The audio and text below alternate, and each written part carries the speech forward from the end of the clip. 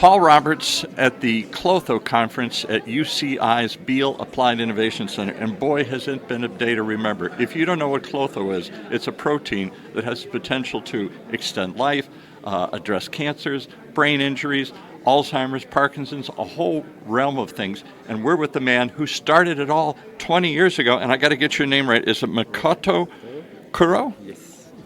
You're obviously Japanese, so we'll work with that here today. And what led you to focus on this protein, KLOTHO? I never even heard of it. How did you find it? Why did you start working with it? Right. So actually, I was a cardiologist more than 40 years ago. Okay, cardiologist, right? And I was working on the research on hypertension and trying to make some animal models for hypertension and doing some gene manipulation experiment using mice.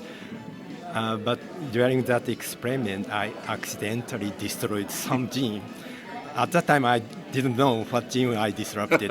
But the you disrupted some gene. We had to figure it out. Right, but the mice develop aging-like phenotypes, very rapid aging. So maybe I destroyed some very important gene that may suppress aging. So right. That's actually how I discovered the KLOTHO So it gene. was a eureka moment. You started to look at one thing and suddenly realized you disrupted something. Did you realize then what you'd stumbled onto? Did you realize the potential effect of this gene and how important it was in so many different areas? Right, so because the mutant mice develop very complex aging-like phenotypes, and we know that only a single gene, I disrupted only one single gene. So, yeah, it was pursuing. So I quitted my career from cardiologist and changed my career to basic science. Just on that one discovery. So you've been working on it now for 20 years.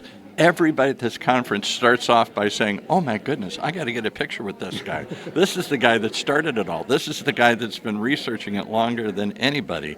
What have you learned here at this conference day?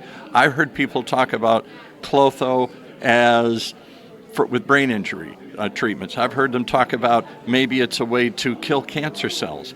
I've heard it's a way to regulate your phosphate because we're in a phosphate-rich fast food diet here, which kills us. I've heard all sorts of claims, and somebody even said, how can one gene, one protein, have an effect on so many different areas? What would you say to that? Yeah, right. So, yeah, actually, it's a pleasant surprise that the gene I discovered has so great potential. Yeah. And so many people are working on this. And I'm currently focusing on basic research, and actually I'm working on mineral metabolism that KLOTHO protein is involved. But so many people are working on the other areas like neurodegenerative disorders or cancer. Growing hair. I mean, anything you can think of. Yeah, I never thought about that 10 years ago. So. Well, it's an amazing journey. It's a moment, an accidental moment, a eureka moment this man discovered 27 years ago. He's been writing about it. He's kind of the guru, the godfather of this movement here. Everybody's been coming up to him saying, oh, I got to get my picture taken because you got me into this field. Howard Leonhardt especially here, who put on this conference today here. We've interviewed before at this building here. My question to you is, what do you think when people say, this is a guy that might win the Nobel Science Prize? Is that even possible? Is that something? People are serious. They're already ready to call up the committee and submit you. Is that okay? 20 years later, you can still be honored for your discoveries? Well, of course, it's a great honor, but I don't know. We'll find out. Yeah, I'm a humble person, so I don't expect like that. But I'm very happy to see that so many people are expecting KLOTHO as a potential therapy. So last question, where do you think, having heard, it's only day one of a 2-day conference, where do you think it goes? What have you learned today, and where do you think it goes next? Right. So there are many modalities for gene therapy. So they mentioned the recombinant protein or gene splicing.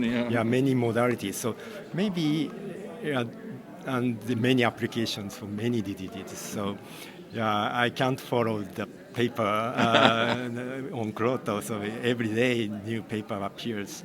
So, but anyway, I think the future direction needs to apply KLOTHO to clinical settings like cancer treatment or Alzheimer's disease treatment. Well, That's my hope. Yeah. Well, if this conference is any hope, this word that he started, this research that he began many years ago, is finally starting to come to light, and people are starting to realize the potential of it. All that and more here at UCI's Beal Applied Innovation Center. Paul Roberts reporting for OC Talk Radio.